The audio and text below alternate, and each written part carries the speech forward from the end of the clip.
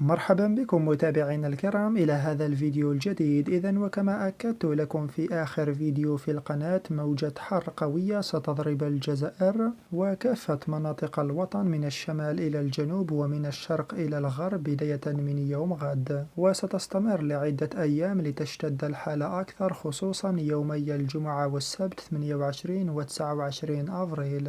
ودرجات الحرارة ستتعدى حاجز 40 درجة مئوية تحت الظل، وهذا بكافة المناطق الشرقية والوسطى وحتى الغربية وبالجنوب الكبير أيضا. وبالتالي الحيطة والحذر مطلوبة وبشدة نهاية هذا الأسبوع وإلى غاية نهاية أفريل، ومحاولة تجنب التعرض المباشر لأشعة الشمس وخصوصا في أوقات الذروة. هذا كله ويبقى العلم لله وحده.